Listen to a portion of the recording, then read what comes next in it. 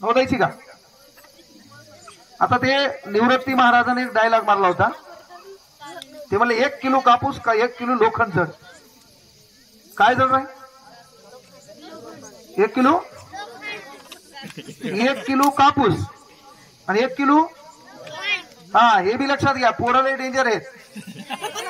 कारण याहीला समजून घ्या. सर्वात महत्वाची गोष्ट आहे, कारण कधी कधी ते खरं बोलतात. कारण निवृत्ती महाराजांनी बोलता बोलता बोलून घे, एका पोराला ते मुद्दाम विचारलं, काय रे? म्हणलं 1 किलो कापूस का 1 किलो लोखंड जड? ते म्हणलं 1 किलो लोखंड. महाराजांनी त्याच्यावर डायलॉग मारला, तुला अक्कल पाहिजे. म्हणले 1 किलो कापूस आणि 1 किलो लोखंड हे दोघं सारखेच असतात ना? त्यानं ऐकून घेतलं. आणि दुसऱ्या टायमाला त्याचं कीर्तन होतं दुसरीकडं, आणि तेच पोरग पुढे बसलेलं. पुन्हा महाराजांनी डायलॉग मारला, ए उभा राहा. म्हणले 1 किलो कापूस का 1 किलो लोखंड जड? ते पुन्हा म्हणलं 1 किलो लोखंड जड. महाराज म्हणला, गद्या 1 किलो कापूस आणि 1 किलो लोखंड सारखंच होईल ना? ते म्हणला, महाराज असं का? तुम्ही मला 1 किलो कापूस फेकून मारा, मी 1 किलो लोखंड फेकून मारतो, पाहू म्हणला जड काय. म्हणून त्याला समजून घ्यायचं, कधी कधी त्याचा दिमाग आपल्यापेक्षा डेंजर असतो. आणि इथं कोणी शिक्षक असेल तर त्यांनी लक्षात घ्या, कधी कधी लेकराला समजून घ्यावं लागते. झालं काय, एका वर्गात शिक्षक पोराला शिकू लागला आणि शिकवताना शिक्षक म्हणले, बाळांनो आज आपण बेरीज पाहू. बेरीज मिळवणे, बेरीज कळते ना भारतीय भाषेत प्लस. आता बेरीज पाहू म्हणल्यावर पोरं म्हणले काय हरकत नाही. मग शिक्षकांनी उदाहरण घेतलं. म्हणले, श्याम उभा राह, असं समज मी तुला 2 आंबे दिले. मला काय हरकत नाही. पुन्हा मी तुला 2 आंबे दिले. ते मला काहीच हरकत नाही. आणखी 2 दिले. म्हणला किती झाले? ते म्हणलं 7. शिक्षक कोमात गेले ना. आता शिक्षकांनी काय सांगितलं, राम्या तुला 2 आंबे दिले, नंतर पुन्हा 2 दिले, पुन्हा 2 दिले, किती झाले? 6. पण ते काय म्हणलं 7. शिक्षकांनी उदाहरण चेंज केलं. म्हणले, श्याम बाळा मी तुला 2 बिड्या दिल्या. बिड्या पप्पाचा फेवराईट आयटम. आता मी तुला 2 बिड्या दिल्या. म्हणल्या पुन्हा 2 बिड्या दिल्या, पुन्हा 2 दिल्या, किती झाल्या? म्हणलं 6. आता मात्र शिक्षकाला ताण आला. शिक्षकांनी डबल विचारलं, बाळा श्याम तुला मी 2 बिड्या दिल्या, पुन्हा 2 बिड्या दिल्या, पुन्हा 2 दिल्या, किती झाल्या? ते म्हणलं 6. तुला 2 आंबे दिले, पुन्हा 2 आंबे दिले, पुन्हा 2 दिले, किती झाले? ते म्हणलं 7. शिक्षकांनी त्याला पुढं बोलिलं, अर्धा तास तुडवलं त्याला. ग्रामीण भाग मला विषय नाही. शिक्षकांनी मारलं, घरी सांगावं, घरचे म्हणते तूच काय चुकलं असतं, आणखी हा नाही आलं. कारण तू दोष नाही, तू 4 पोळ्या काला करून खातो, आहे का नाही? आणि घरचे पुन्हा म्हणले, काही हो तब्येत हल्ली ना पाहिजे, शाळा चुलीत जाओ पण तब्येत तशीच राहिली पाहिजे. आणि आपल्या मायमाऊलीचा डायलॉग असते, लेकरू वाढतील लागल्यावर खराब होते म्हणत. खराब होऊ द्या जरासं झालं. सध्या या काळात या भुकेपेक्षा आपल्याला या भुकेची गरज आहे. आणि ज्यांची ही भूक भागलेली असते ती लाखो लोकांची ही भूक भागवत असतात. म्हणून सध्या कळकळीची विनंती आहे माता माऊलींना की या लेकरांना संस्कारिक धडे देणं गरजेचे आहेत. आणि त्याच्यापेक्षा मेन गोष्ट आहे, धार्मिक शिक्षणापेक्षा शैक्षणिक गुणवत्ता देखील पाहणं गरजेचं आहे. आता आपण उदाहरण पाहू लागलो.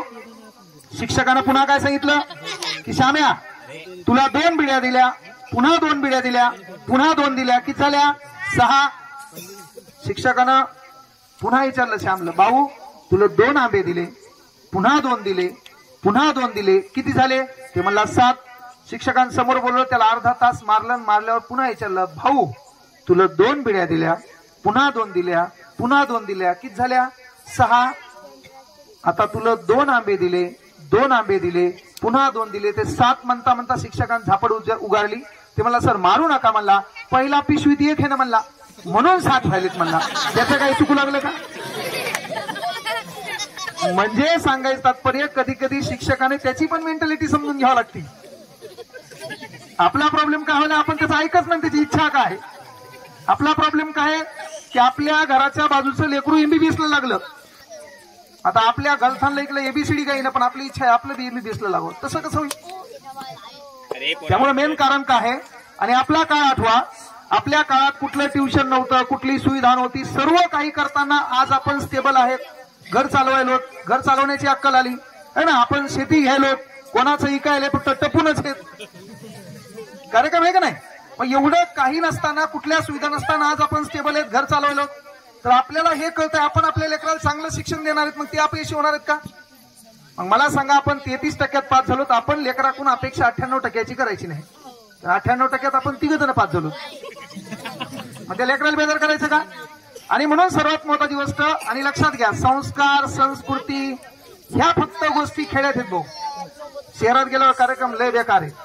आज आपली ही धार्मिक परंपरा आहे, धर्म आहे ना, ग्रंथ पारायण पोथी पुराण हे जे काही राहिले का, हे फक्त तुमच्यामुळे.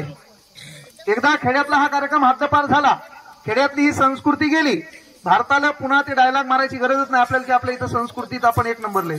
आपली संस्कृती, गाथा, पारायण, रामायण, महाभारत जे काही आहे, संस्कृती, ह्या जयंत्या, महिलांचा आदर आहे ना, हा फक्त खेड्यात राहिलाय. शहरात असं काहीच नाही. शहरात मोकार कार्यक्रम आहे, कोण कुठं गेला आणि कधी पिऊन आला पता नाही, ठीक नाही. हा कार्यक्रम शहरात आहे. आणि म्हणून सर्वात महत्वाची गोष्ट आहे की या लेकरांकडे प्रत्यक्ष आपण त्या पद्धतीने लक्ष द्यायचे. आणि मोबाईल वापरतो आपण, मोबाईल प्रत्येक जण वापरायले. आणि बाळांनो, तुमचा आदर्श कोणी माहितीये का? तुमचा आदर्श पहिल्यांदा तुमचे आई वडील आहेत. त्यांच्याकडे लाखो संकट असताना माहितीये 2-3 एकरामध्ये तुमचं शिक्षण करायले. म्हणून लक्षात घ्यायचं, इथून पुढं छत्रपती शिवाजी महाराजांची एक शपथ घ्यायची. सकाळी जेव्हा आपण उठणार तेव्हा आपण आपल्या आईचं आणि वडिलाचं दर्शन घ्यायचे. आता मात्र वडील मात्र फक्त झुलत आलेला नसावं, ही एक कळकळीची विनंती. तुम्ही काय करायचंय, सकाळी उठल्याच्या नंतर आपली आई आणि आपले वडील यांचं दर्शन घ्यायचंय. कारण कोणीतरी छान म्हणले, बंद किस्मत की कोई ताली नहीं होती, बंद किस्मत की कोई ताली नहीं होती, सुखी उम्मीदों की कोई डाली नहीं होती, जो झुक जाते हैं माँ बाप के चरणों में उनकी झोली कभी खाली नहीं होती, उनकी झोली कभी खाली नहीं होती.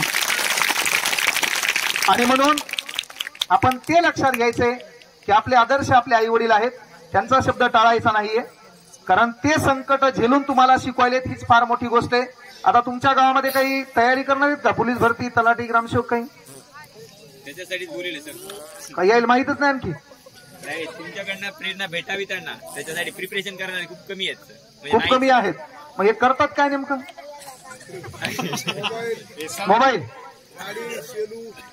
मोबाईल, गाडी आणि शेलू. नाही, मग पहिले काय करा, पालकांनी एक काम करायचं. आता पालकाला ताण आलाय की आपला बूट याच्या पायात यालाय, म्हणले याला किती दिवस हाणू. तर पहिल्यांदा सर्वात महत्वाची गोष्ट आहे की छत्रपती शिवाजी महाराजांची जयंती आपण या ठिकाणी साजरी करायलो. त्या महापुरुषाकडून शिकण्यासारखं आहे. लक्षात घ्या, पुण्याची एवढी मोठी आदिलशाहीची एक भेट त्यांच्याकडे होती. पुणे चाकण हा प्रांत छत्रपती शिवाजी महाराजांचे वडील शहाजीराजे भोसले यांच्याकडे देखरेखीखाली होता. तुम्हाला जेवढा सांभाळायचा तेवढा सांभाळा, जे खायचं ते खा. आणि मग त्यांचे सुपुत्र आहेत छत्रपती शिवाजी महाराज. मला सांगा, एका जहागीरदाराचा मुलगा आहे, आलिशान त्या काळचे किल्ले आहेत, खाण्यापिण्याच्या सर्व सुविधा आहेत, पण तरी पण एक स्वाभिमान नावाची एक गोष्ट असते की यार आपला बाप कुठला तरी कुरनीतीनं व्याकुळ असलेल्या एका माणसाला मुजरा घालतो आणि हा मुजरा मला मान्य नाही. आपल्या पाठीचा काना ताट पाहिजे, आपला स्वाभिमान जागा झाला पाहिजे. येणाऱ्या कालावधीत माझ्या ज्या काही पिढ्यानपिढ्या या देशात जन्माला येतील त्याचा पाठीचा कणा मला ताट करायचा आहे. आणि या भारतातला कुठलाही नागरिक कोणत्याही मूर्ख दलिंदर लोकांसमोर झुकला नाही पाहिजे, म्हणून त्यांनी स्वराज्याची स्थापना केली आहे. हे आपण लक्षात घ्यायचे. नाही तर सर्व काही करता आलं असतं, काहीच गरज नसती. आणि लक्षात घ्या, एवढं करताना तुम्ही पाहिलं असाल, प्रत्येक राजाच्या हातामध्ये ढाल आहे आणि दुसऱ्या हातात तलवार आहे. छत्रपती शिवाजी महाराजांच्या तुम्हाला माहित असेल की पाठीवरती ढाल आहे आणि हातात तलवार आहे. कारण त्यांना त्या काळी पण चुकलं होतं. गद्दार झाले आपलेच आहेत, पाठीवरून वार करणारे आपलेच लोक आहेत. आणि म्हणून आपलेच लोक आपल्या लोकांना मोठे होऊ देत नाहीत. त्यामुळे कळकळीची विनंती आहे, पहिल्यांदा आपल्या लोकांना साथ द्यायचं शिका. सामाजिक एखादा प्रकल्प असेल, एखादी गरीबाचं लेकरू असेल, तर आपण एखाद्या मंदिराला, एखाद्या ट्रस्टला देणगी देऊन मोठं करण्यापेक्षा तोच पैसा त्या गरीबाच्या लेकरासाठी खर्च करा. कारण देव हा कुठं देवळात राहिला नाही, देव हा माणसात आहे, तो त्या गरीबात आहे आणि गरीबाच्या त्या गरजेत आहे. ती गरज तुम्ही पूर्ण केली, देव तुम्हाला काहीच कमी पडू देणार नाही. चौथीपासून रामायण, महाभारत, हरिविजय, चांगदेव 65, शिवलीला, अमृत, ज्ञानेश्वरी लाईन टू लाईन वाचलेली आहे. प्रत्येक गोष्टी पाठ आहेत, पण त्याच्यापेक्षा एक धार्मिक शिक्षणापेक्षा गरज आहे कुठंतरी गरजवंताची गरज लक्षात घेण्याची गरज आहे. कारण आता आपल्याला हे सांगण्याची गरज नाही की संत एकनाथ महाराज आळंदीहून देहूला येऊ लागले तेव्हा त्यांच्या हातात पाणी होतं आणि एक गाढव त्यांना पाण्यानं व्याकुळ दिसलं, त्यांनी आपल्या हातातलं पाणी त्या गाढवाला पाजलं. हे उदाहरण सांगण्याची गरज नाही. खऱ्या अर्थानं ज्या माणसाला पाण्याची गरज आहे त्या पाण्याची गरज तुम्ही उपलब्ध करून दिला असाल तर समजायचं संत एकनाथ महाराज तुम्ही आहात. पण ती उदाहरण सांगण्याची गरज सध्या आपल्याला नाही.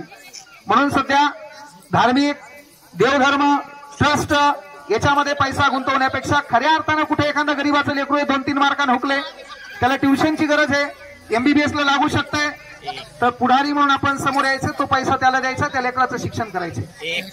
कारण तोच आपल्या गावाचं काहीतरी भवितव्य करेल.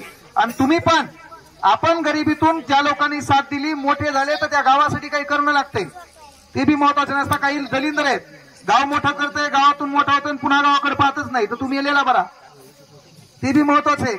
कारण ज्या गावातून मोठं झाले, ज्या गावाची तू संस्कृती शिकलाय, ज्या गावाने तुला आधार दिला, जे गाव ती हा माघारी म्हणतंय की यार आम्हाला याचा अभिमान आहे, तर तुलाही त्या गावाबद्दल अभिमान पाहिजे, तुलाही त्या गावाबद्दल काळजी पाहिजे, तुलाही त्या गावातल्या लोकांच्या प्रेमाची आपुलकी पाहिजे, तर तू त्या गावातला आहे आणि मग ते गाव तू आहे. नाही तर मग तू मेल्यावर फक्त मातीलाच इथे येतो. असे बी काही काही आहेत.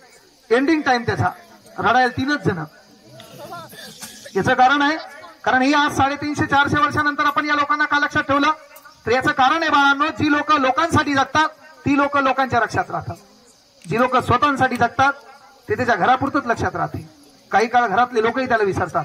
450-350 वर्षानंतर आपण छत्रपती शिवाजी महाराजांना लक्षात ठेवण्याचं कारण आहे, डॉक्टर बाबासाहेब आंबेडकरांना लक्षात ठेवण्याचं कारण आहे, ही लोक लोकांसाठी जगली.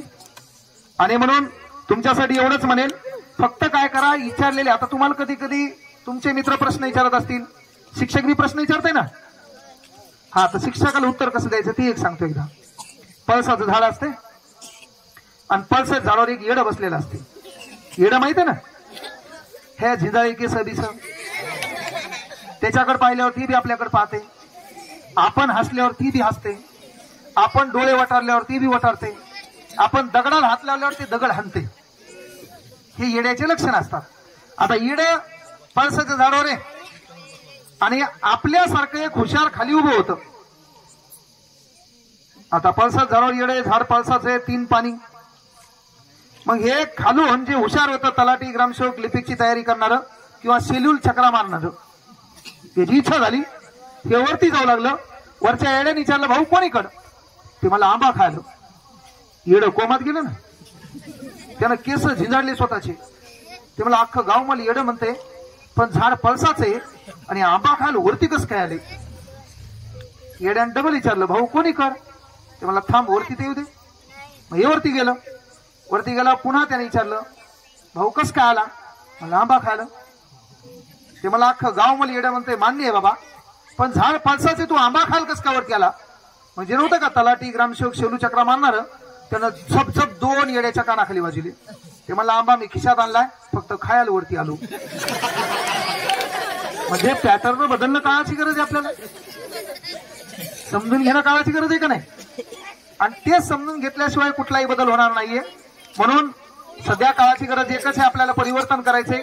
या परिवर्तनासाठी सर्व मायबाप माऊल्यांना विनंती आहे, आपल्या लेकरांकडे लक्ष द्या, लेकराचं शिक्षण घ्या. आपण शेतात किती राबलो, आणि पालकांना पण विनंती आहे, इथून पुढं 40-50 ओलांडल्याच्या नंतर जे तुम्ही किती मरमर केली, तर तुम्ही 2 कोटी रुपये या गावात बाहेर टाकणार नाहीत. किती मरमर केली तुम्ही, दररोज शेतात काम केलं, दिवस रात्र पाणी दिलं तू, तरी 2 कोटी आपल्या अकाउंटवर जमा होणार आहेत का? नाही ना. मग आपलं भवितव्य फक्त हे बारके, हे जर चांगले निघले तर आपला कार्यक्रम बरोबर आहे. म्हणून पहिलं काम आहे, यांच्या शिक्षणावर लक्ष द्यायचं, यांच्या संस्कारावर लक्ष द्यायचं, यांना मोठं करायचं. तेच 2 कोटी आपल्या पदराचे. शेतात किती राबलो आपण, तर सध्या 2-3 कोटी आपण छापणार नाहीत. म्हणून या लेकरांसाठी काहीतरी करण्याचा प्रयत्न करा. यांच्यासाठी मी एवढंच म्हणेल, हो पूरी हर ख्वाहिशें आपकी, हो पूरी हर ख्वाहिशें आपकी, मिले खुशियों का जहां आपको, तो मांगे आसमान से एक तारा, तो ईश्वर दे तुमको ये जहां सारा, ईश्वर दे तुमको ये जहां सारा। छत्रपती शिवाजी महाराजांचा मी एक नारा घेणार आहे, आवाज महिलांचा नंतर पुरुषांचा। आता हे जे इकडे बसले यायचा एक नारा वेगळा घेणार आहे पुन्हा। चला, छत्रपती शिवाजी महाराज की, छत्रपती शिवाजी महाराज की। आता तुमचा आवाज, छत्रपती शिवाजी महाराज की। नाही नाही, बारकेचाच आवाज होता। तर सांगायचं तात्पर्य, भाषणानं कोणाच्या बोलण्यानं परिवर्तन होणार नाही। परिवर्तनाचा अग्रगण्य भाग आपल्या हृदयामध्ये असतो। प्रत्येक पालकांना, माता माऊल्यांना विनंती आहे, लेकरांच्या शिक्षणाकडे लक्ष द्या। यांना मोठं करायचं असेल तर पहिल्यांदा आपल्याला बदलणं काळाची गरज आहे। लेकरं आपलं अनुकरण करते। माय आणि बाप 12 घंटे मोबाईल मध्ये व्यस्त असतील तर तेही लेकरू मोबाईल मागणार। आणि आजकाल लेकरं जे पाहायले तेच बाप पाहायलाय, त्याला तू हिस्ती कळाली, याची हिस्ती तुला कळाली। म्हणून मोबाईल मध्ये काय पाहून काय पाहू नये हे ज्याला कळालं त्या घरात संस्कृती राहते। म्हणून शेवटी एवढंच म्हणेल की ज्यांनी मला या ठिकाणी बोलवलं, हा आपला ऋणानुबंध असाच राहावा यासाठी खूबसूरत सा पल एक किस्सा बन जाता है, खूबसूरत सा पल एक किस्सा बन जाता है, न जाने कौन कब जिंदगी का हिस्सा बन जाता है।